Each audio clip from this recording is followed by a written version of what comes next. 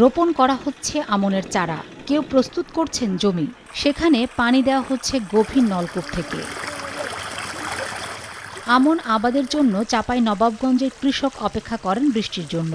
তবে চলতি বছর পর্যাপ্ত বৃষ্টি না হওয়ায় আবাদের জন্য গভীর নলকূপের পানি ব্যবহার করছেন তারা। এদিকে গত বছর রাজশাহী, চাঁপাইনবাবগঞ্জ ও নওগাঁর ২৫টি উপজেলার ৮৮৪টি মৌজাকে উচ্চ পানি সংকটাপন্ন এলাকা ঘোষণা করে ভূগর্ভস্থ পানি উত্তোলনে নিষেধাজ্ঞা দেয় সরকার।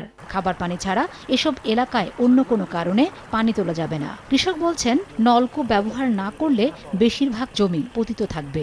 পানি এখন দিন দিন কমে গেছে। আজ পানি হয়েছে, মনে হচ্ছে মাঠে পানি দেখতে পাইছে, কিন্তু এর আগে তো ডিপ ছাড়া আবাদ হয়নি। লেয়ার থেকে আপনার পানিটা না পাওয়ার কারণে তল থেকে একবারে মোটরের সাহায্যে আপনার কি ইয়ার সাহায্যে আপনার পানি তুলে চাষাবাদ করতে হয়েছে।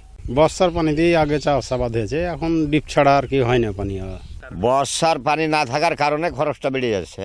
বরেন্দ্র অঞ্চলে পানির স্তর রক্ষায় বিকল্প উপায়ে ভূ উপরিস্থ পানি ব্যবহারের তাগিদ কৃষি বিভাগের। অন্যদিকে এ বিষয়ে সচেতনতা বৃদ্ধিসহ নদী ও খালের পানিতে চাষাবাদের পরিকল্পনা নেয়ার কথা জানায় বিএমডিএ।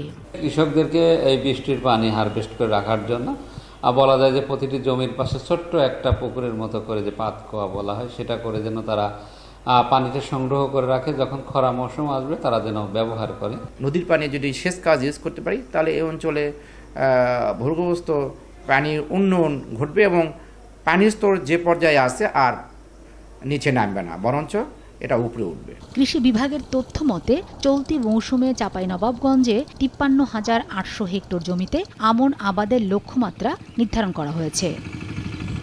সময় সংবাদ, চাঁপাইনবাবগঞ্জ।